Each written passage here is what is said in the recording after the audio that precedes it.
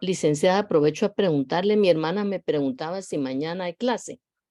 Fíjese que yo les dije que me iba a conectar mañana. Ah, bueno, Mañana sí me voy a conectar, pero va a ser la última vez. la última. Muy Ajá. bien. Porque no podía dejar justamente, porque pensé en su hermana.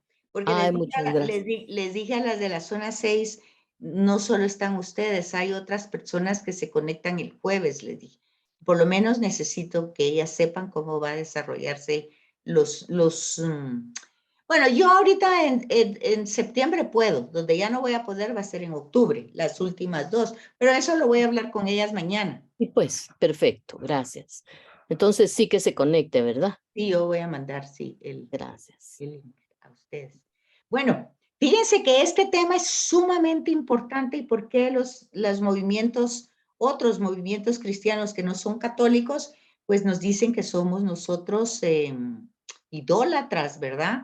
Y que aquí es donde nosotros realmente faltamos, porque que María, que los santos, que tantas, que nosotros, a los que nosotros nos abocamos cuando el texto es totalmente claro, ¿verdad? Que solo llama a Jesús mediador de la salvación, porque asume todas las misiones mediadoras del Antiguo Testamento, ¿verdad? Toda su vida y todo lo que él hace en la cruz y todo lo que hace en su misión, todo lo desarrolla Jesús, ¿verdad? Entonces, por esa razón se le llama mediador. No sé si ustedes captan eso y luego ven el problema que tenemos. No, no es que tengamos problema, pues, pero que no sabemos defender cuando nosotros pues nos abocamos a María o a los santos. ¿Sí? ¿Entienden eso claro o no?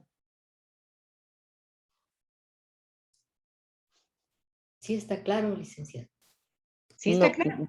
¿Ah? no tanto, licenciada. O sea, que Sí. nos dicen idólatras, dice usted, porque nosotros nos abocamos a los santos y a María. Y que Claro. nosotros a ellos no los de, no, porque uno dice intercede, hasta la intercesión, ¿verdad? Que intercedan por nosotros. Pero ellos entonces no son mediadores, ¿no les deberíamos de decir así o cómo debe entenderse? Ok, entonces aquí es donde nosotros debemos comprender lo que yo les dije anteriormente. Ni los santos ni María pues hacen nada, no pueden hacer nada, ¿verdad? Todo lo hace Dios, el Padre, ¿verdad? Y el único mediador, el único, porque asume todos los roles, por decir así, de los profetas, de los mediadores del Antiguo Testamento, pero en forma plena, es Jesús. Pero vean, para no darles primero pues una síntesis, para entender este término, aquí están las citas. Las citas las tienen ustedes en la página 192. Tienen esta que vamos a ver ahorita, la de Timoteo, una carta de Pablo, ¿verdad? A Timoteo, o sea que si dice primera Timoteo es porque hubo dos cartas. Y la primera, pues en el capítulo 2, versículo de 1 a 5, nos da la explicación de qué significa mediador. Pero como ya dijimos, no nos podemos quedar solo con un enfoque, hay otros más. Y Hebreos nos da varias citas para que nosotros comprendamos qué es mediador, ¿verdad? Y tenemos también otra cita, creo que es, bueno, la de Hebreos, que es varias citas de Hebreos, ¿verdad? Entonces, nosotros tenemos que ir teniendo esa visión en conjunto de cada cita y por qué es la importancia de que Jesús sea el único mediador. Dice, porque como, aquí en su diapositiva, ¿verdad? Porque como hombre, él es el único unido indisolublemente a la divinidad. Es decir, no hubo ningún momento de su vida, eso ya lo dijimos, donde estuviera separado, ¿verdad? De Dios, del Padre. Y por ello es el único que como Dios y hombre puede ser pontífice, o sea, puente. Esa es la palabra. Pontífice significa puente. Cuando nosotros decimos el Papa, fíjense lo que estamos diciendo, fíjense, es sumo pontífice. O sea que es el mejor puente que hay. Ojo con lo que estoy diciendo. Ok. Después, esta mediación única no impide la mediación intercesora de todos los cristianos. Si ustedes se dan cuenta, cuando nosotros decimos el yo pecador, nosotros decimos que confesamos que hemos pecado mucho de pensamiento, palabra, obra y omisión y que nos duele. Y que por eso le rogamos la intercesión a María siempre Virgen, a los ángeles, a los santos y a ustedes, hermanos, que intercedan por mí. Fíjense bien, fíjense cómo es eso. Entonces, no impide, dice, la intercesión o la mediación, ¿verdad? De todos los cristianos. Y dice que el versículo 1 y 2 de esta primera Timoteo es la base teológica de la doctrina de la mediación de María. Entonces, habría que leer esos dos versículos. A ver quién tiene ahí su Biblia, que lea 1 Timoteo, versículo 1 y 2. ¿Por qué no les doy la respuesta así inmediatamente? Porque es la forma como nosotros podemos realmente dar razonamientos y criterios a otras personas cuando nos llaman idólatras o por qué María. Entonces, vea, aquí mismo les dice, es el fundamento teológico de la doctrina. O sea, ¿qué es la doctrina? Es la enseñanza que nos da la iglesia, ¿verdad? En relación a María. ¿Cómo es esa mediación? Y en ningún momento está sustituyendo a la Redentora de Cristo. ¿Alguien tiene ya esa cita?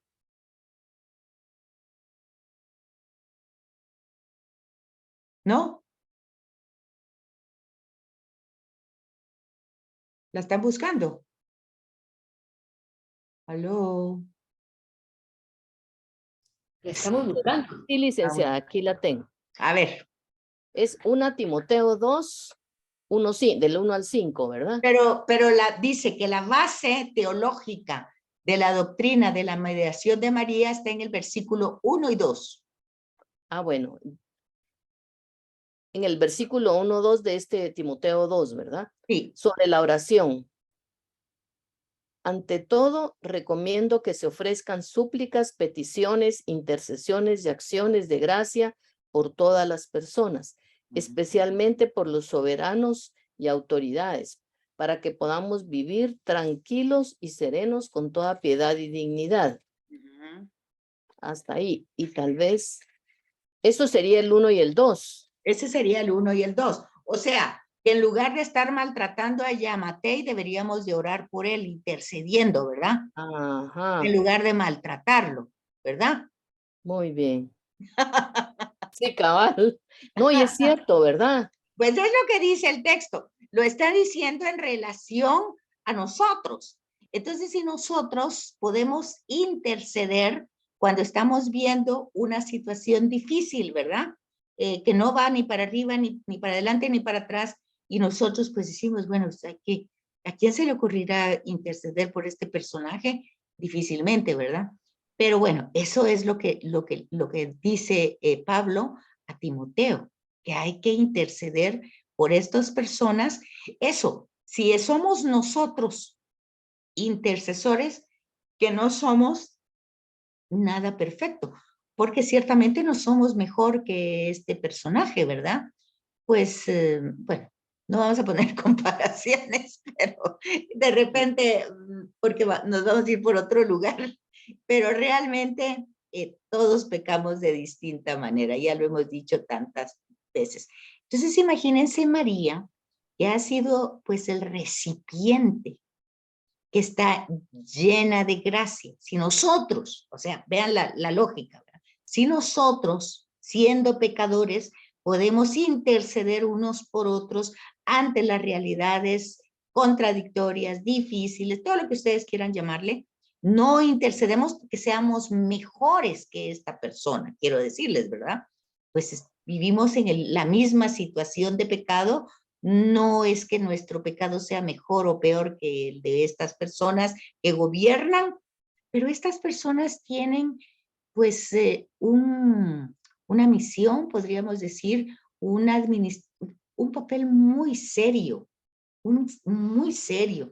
Y si al final de veras se les va a pedir cuenta, pues ya piensen ustedes un poquito qué difícil se las van a ver, ¿verdad? Entonces, nosotros podemos ayudar, siendo nosotros pecadores, podemos ayudar intercediendo. Si eso lo podemos hacer nosotros siendo pecadores, María, la llena de gracia, pues ella pues con mayor razón, ¿verdad?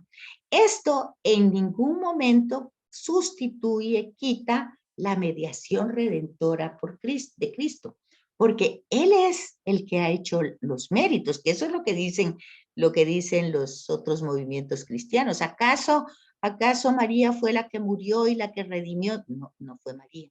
María, tampoco se utiliza que María sea corredentora, porque Jesús no necesitó a nadie, él lo hizo solito.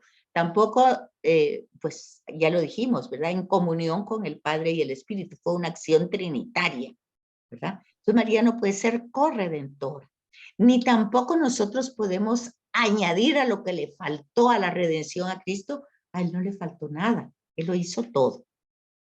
Entonces nosotros tenemos que tener claro cuando nosotros damos una veneración a María, ya lo habíamos dicho, a los santos, por supuesto, María está pues en un grado superior a los santos, ¿verdad? Entonces la dulía, o sea, la adoración, le corresponde solamente a Dios, la adoración. Ahora, la hiperdulía, o sea, una veneración que se da más que a los santos, es para María. Pero eso en ningún momento está sustituyendo la mediación redentora de Cristo, porque por eso estamos estudiando. Él es el Salvador, Él es el único mediador, porque Él es el único que ha asumido toda la historia de pecado. María lo que hizo fue dar un sí, dar su libre albedrío, dio un sí al proyecto de Dios, pues ella dijo, sí, yo soy la esclava, hágase en mí lo que usted quiera.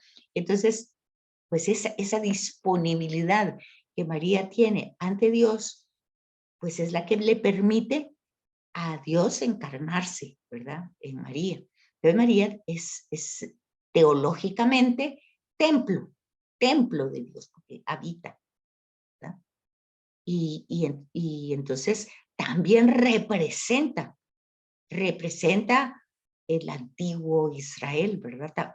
Digamos como personificando al pueblo, es la nueva Israel, porque de ella va a nacer el nuevo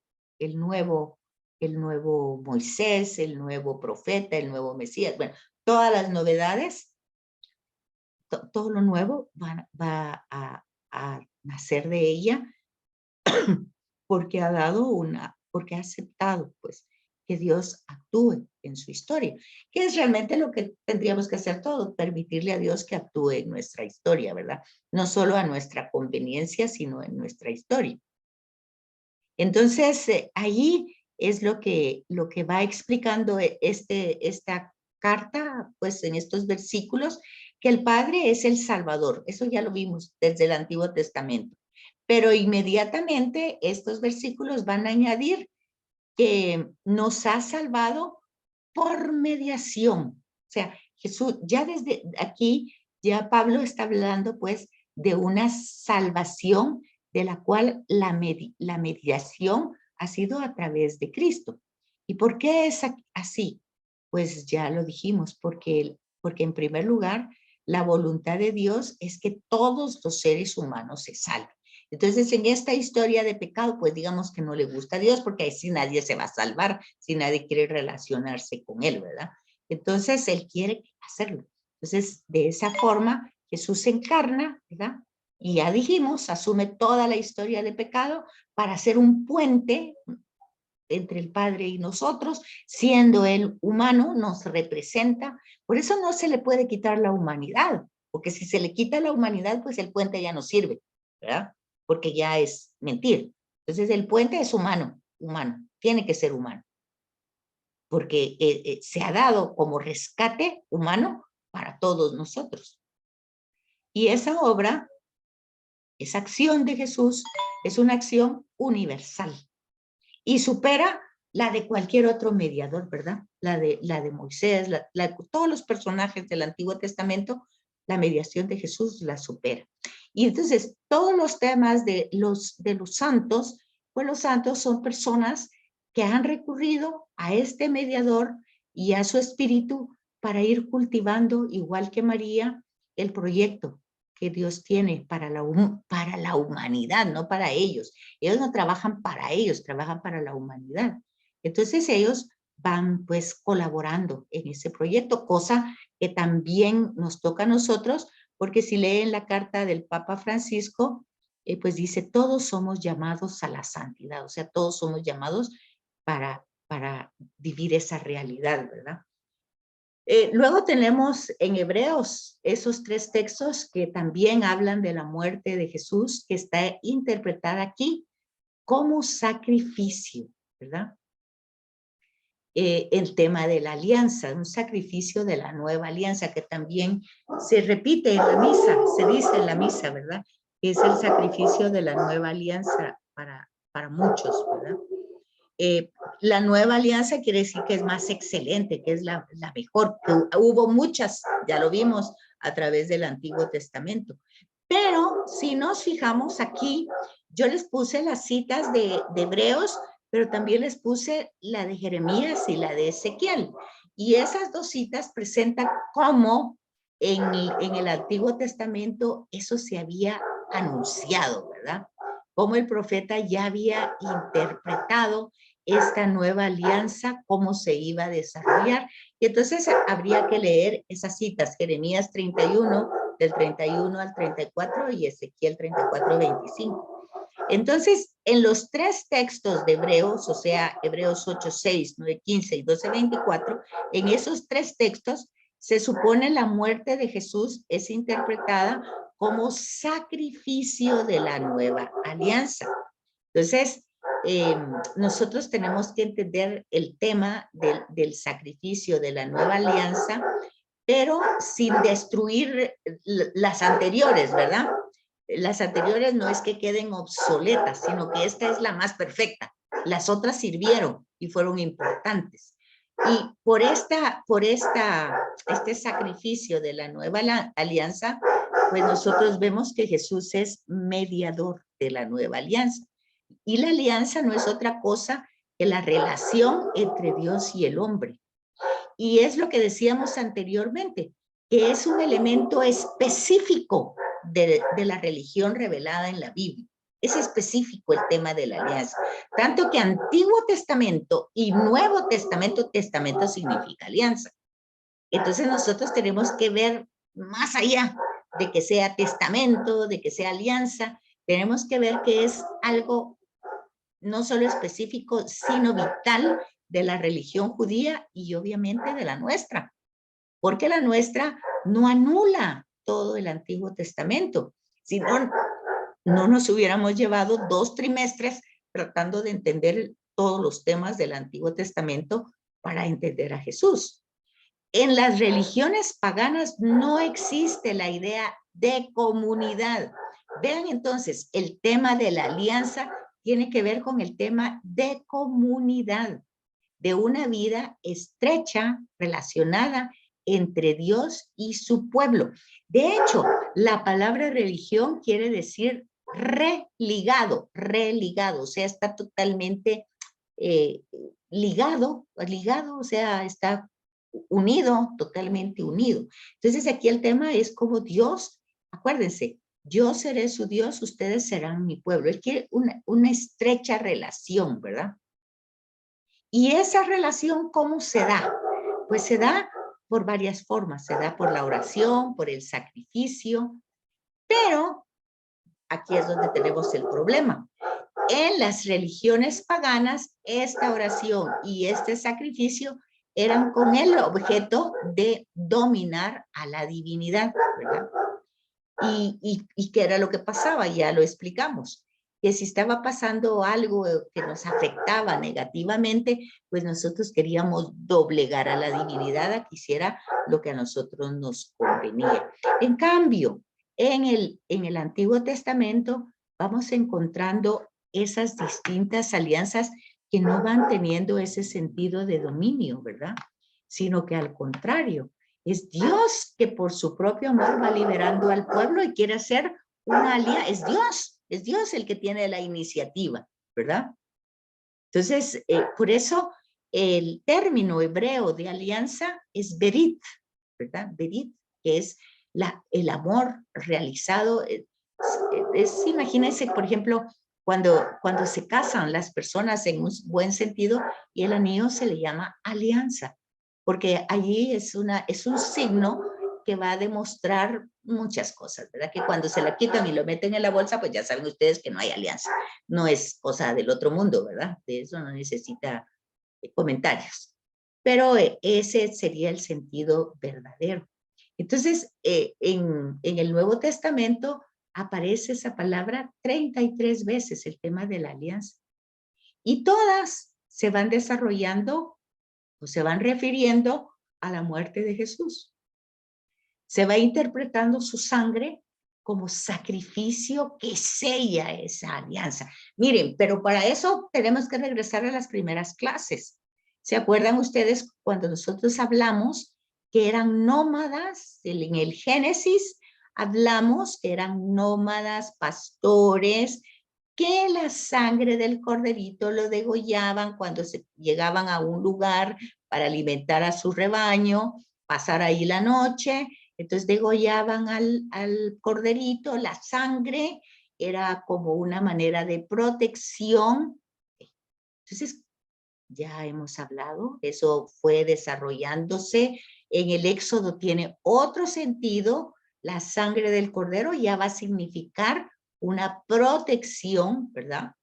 Para que el ángel exterminador no termine con los esclavos que están ahí en Egipto. Entonces ya se va dando otro tema, ¿verdad? Así, Pablo va a decir que Jesús es la nueva alianza y la expiación de todos y que se va derramado para la expiación de muchos, que es lo que hemos estado hablando varias veces de eso, ¿verdad?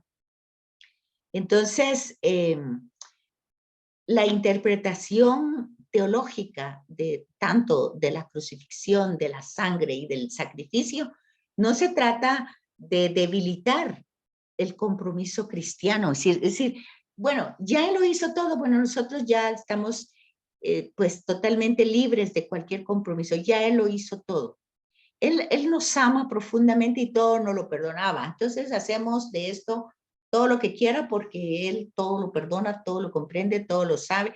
No, eso es como lumpiarse demasiado, ¿verdad? No va por ahí la cosa.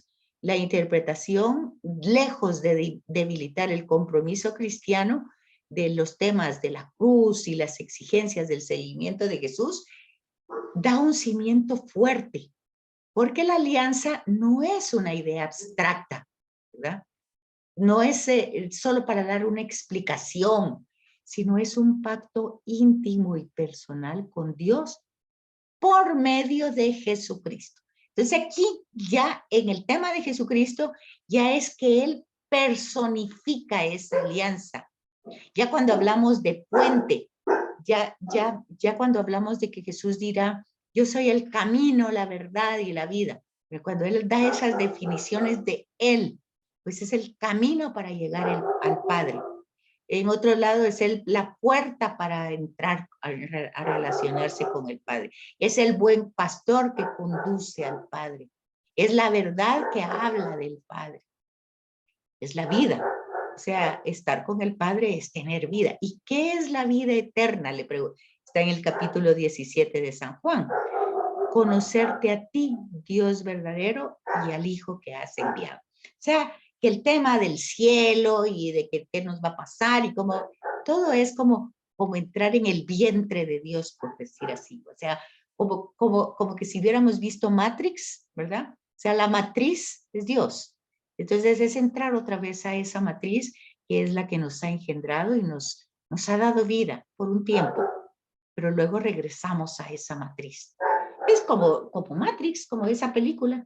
Es parecido, solo que con otro sentido. Pero va en esa línea. Entonces, no es que sea más excelente, pero es ya la encarnada por Jesús, hombre, ¿verdad? Entonces, ya vimos que se van estableciendo muchas alianzas a lo largo del Antiguo Testamento, pero pues todo en Jesús se vuelve pleno, se vuelve completo. Entonces, por eso Él es el mediador de la nueva alianza. Ya hablamos de esto, de lo específico de esa palabra en la religión biblística, ¿verdad? Y luego está el tema del sacrificio de la alianza.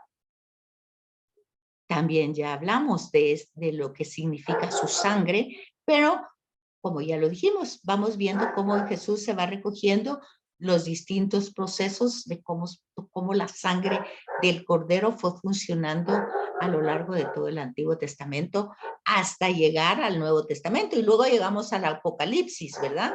Y en el Apocalipsis ustedes van a encontrar a que el Cordero está degollado, pero está de pie, ¿verdad? Entonces es un signo de que a pesar de que lo mataron, está vivo, ¿verdad?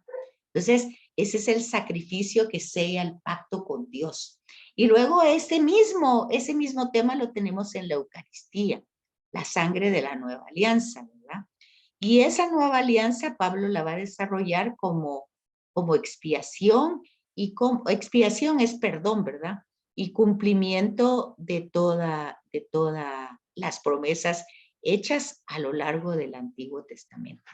¿Cómo vamos hasta ahí? ¿Vamos bien? Bien, bien, licenciada. Ok. Entonces luego tenemos que, como hemos dicho todo, tienen una interpretación teológica. Acuérdense que el diplomado es teología bíblica, teología. Entonces tenemos que entrar a la teología de la alianza, a la teología del sacrificio, a la teología de la oración, ¿qué es de qué está hablando? Entonces, básicamente, ya dijimos que la alianza no es una idea abstracta, es el pacto íntimo con Dios.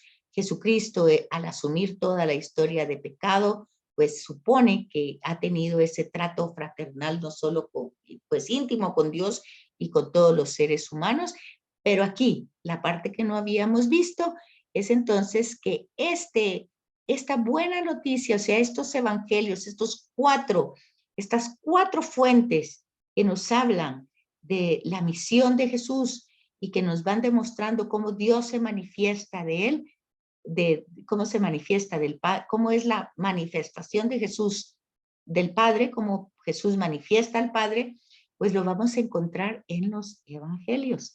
Y por eso aquí encontramos el nuevo código, también es el nuevo código de la nueva alianza, que por supuesto necesita la aceptación vital de cada uno de nosotros e incondicional también, porque no son solo teorías o ideas abstractas. Eso en relación a la alianza. Luego, a la salvación, pues esa noción es más amplia, porque ya vimos que el hombre por sí mismo no se puede salvar, no se puede. Cuando está en una situación terrible, necesita de otro, por fuerza, ¿verdad? Y entonces el problema que tenemos nosotros, ya lo dijimos hace un rato, es que no nos consideramos que estamos en una situación de peligro, en riesgo grave, ¿verdad? Estamos muy mal, pensamos que no. ¿Y por qué pensamos que no? Bueno, porque ya saben ustedes que la gente dice, según dice Manuel, bendecido, ¿verdad? ¿Por qué? Porque tengo trabajo, tengo salud, y no es que no sea así, que bueno, ¿verdad? Pero siempre al ser contingentes, acuérdense ustedes de aquella parábola de Jesús, ¿verdad? De que el hombre que había tenido un buen año, de una buena cosecha, y muy satisfecho con todo lo que tenía, dijo, bueno, ¿y ahora qué voy a hacer?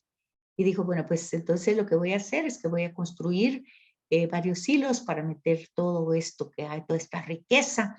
hay que entender que en el contexto, ¿verdad? En un contexto agrícola, en un contexto realmente tener una buena cosecha, pues es tener mucha riqueza. Entonces él lo iba a almacenar. Y entonces la parábola dice necio, esta misma, o insensato, dicen mejor en otras, ¿verdad? Insensato. Hay que entender la palabra insensato, ¿verdad? Esta noche morirás. O sea, lo que pasa es que no tenemos nada comprado, sino que todo de alguna manera se nos da. Y en ese sentido, la salvación es eso, no la podemos tener por nosotros mismos, sino que nos la dan. Y el único que nos puede sacar de todos estos enredos que nos metemos es pues el único mediador que lo ha asumido todo por nosotros. Ay, perdón, no sé si habíamos dicho sobre esto. Entonces, no se trata de la salvación de qué, de un mal. No explica, ya dijimos que la escritura no habla de conceptos, de definiciones, no determina qué tipo de mal. Lo que sí vamos entendiendo, y lo vamos entendiendo por muchos escritos, que el ser humano es como la hierba, que hoy es y mañana no es. Que no sabemos qué va a pasar mañana y que por eso debemos estar vigilantes, tenemos que estar preparados, ¿verdad? Y que para eso, para todos los momentos, se necesita a alguien más fuerte. Eso también está dicho por Jesús en una parábola, ¿verdad? Si un ladrón entra a la casa, pero ahí hay un hombre más fuerte que el ladrón, este no va a poder hacer nada. Entonces, para entender el tema de la salvación, no nos podemos quedar solo en una parábola, tenemos que ir viendo todo el desarrollo e ir descubriendo nuestra realidad contingente, ¿verdad? Nuestra situación humana. No porque seamos de la peor cosa, sino porque tenemos limitaciones, tenemos debilidades, tenemos tendencias, tenemos inclinaciones. Y bueno, eso es lo que se va viendo a través de la escritura y lo vamos viendo en nuestra realidad humana. Entonces la teología de la salvación, pues también va teniendo ese desarrollo a través de toda la escritura en el Antiguo Testamento. Primero es salvarnos de males y peligros, ¿verdad? Después de los enemigos, también de los pecados, de los males espirituales y después, por último, de la vida futura, ¿verdad? Salvarnos. Pero lo que está en el fondo de esta teología es el auxilio de Dios, o sea, Dios que siempre está, pues, a nuestra disposición, pero hay que relacionarse, pues, no pasa, no a todos nos va a pasar lo que le pasó al ladrón crucificado al lado de Jesús, que pudo ver en Jesús lo que no pudieron ver sus apóstoles, pero eso solo lo pudo ver uno porque el otro no vio eso. Entonces, eso no lo podemos echar así a la suerte, ¿verdad? Lo que sí podemos darnos cuenta es que ese término de salvación tuvo una evolución, como todos los temas, a lo largo de todo el Antiguo Testamento, hasta llegar a la madurez espiritual, ¿verdad? Que la salvación es algo integral. No solamente es cuando nos muramos, es algo que vamos desarrollando a través de nuestra historia, a través de nuestra vida. En los sinópticos vamos encontrando una teología, como siempre con Jesús vamos a encontrar el culmen, ¿verdad? Jesús, ¿cómo salva? Pues salva curando, es un taumaturgo, liberando, exorcizando, es una forma, pero no es toda la forma, ¿verdad? Y luego, después, en la resurrección, pues Jesús, esa salvación ya llega a una manera integral. Por eso mucha gente dice, bueno, pero es que curó a un ciego, ¿por qué no quitó la ceguera? Curó a un leproso, ¿por qué no quitó la enfermedad? Entonces, el tema es que en la resurrección, la salvación ya es integral, ¿verdad? Entonces, por eso se le va a aplicar a Jesús el título de Salvador, porque en la vida histórica, en el momento histórico, salvó personas, vidas, situaciones, pero a través de la resurrección, el tema de la salvación ya es universal e integral. Entonces hay que distinguir los términos. Salvar, salvación y salvador. O sea, la palabra soter, ¿verdad? Que se aplica a Cristo. Es que fíjense que van a disculpar este perro, pero todo el mundo saca aquí a caminar a sus perros en la noche, porque como vienen del trabajo y pasan en una montañita que hay aquí y esta perra enloquece con cada chucho que pasa. Entonces es imposible callarla porque aunque no salga, más grita desde aquí adentro. Así es que no sé si logran oírla más a ella que a mí, pero ahorita ya se cayó, creo que porque oyó que estoy hablando mal de ella. Pero ay, Igual sí. es el mío. Sí. Es que todo el mundo a esta hora saca a los perros a caminar y entonces ella se vuelve loca pegando de gritos y yo ya no puedo dar la clase por ella, ya no la puedo dar ahí en mi escritorio, tengo que buscar otro lado, pero no, ya no se puede tanto. Pero bueno, ya se cayó, pero ya se va a acabar la clase también. Bueno, entonces vean, todas las religiones tienen salvadores, todas. Todas las religiones ofrecen salvación, ¿verdad? Pero hay que entender cuál es la del cristianismo, o sea, hay que entender el personaje humano de Jesús, de reciclaje, de alianza, todos los temas del Antiguo Testamento, todos, así como recicla todo lo que es pecado, todos los temas que se han desarrollado de Yahvé en el Antiguo Testamento, todos los personifica Jesús, todos. Entonces, en ese sentido, tenemos que entender también la redención como liberación. También ha tenido ese proceso, acuérdense. Que si se tenían que pagar, volverse esclavos, poniéndose como esclavos porque no podían pagar una deuda, pues entonces des cuenta que tenían que liberar, ¿verdad? La palabra redención, liberación, tenía un fuerte sentido corporativo, o sea, de comunidad. Acuérdense, eran clanes, eran tribus, eran comunidades de raza, de sangre, ¿verdad? Si a un miembro de la familia le pasaba algo malo, pues todos tenían que ver con eso. Fíjense, yo no sé, pero todavía yo viví eso en mi familia, pues en mi familia que me crió, ¿verdad? Eran como una tribu y si uno hacía algo malo, todos se reunían y era casi una sentencia ahí de lo que uno había hecho, todo el mundo se enteraba.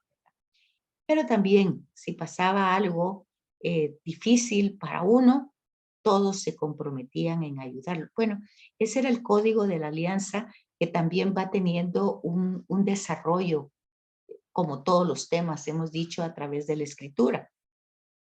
Pero si ustedes captan, se van a dar cuenta por qué generalmente si ustedes van a una iglesia, si entran, si van a misa y todo, luego los van invitando a que pertenezcan a una comunidad.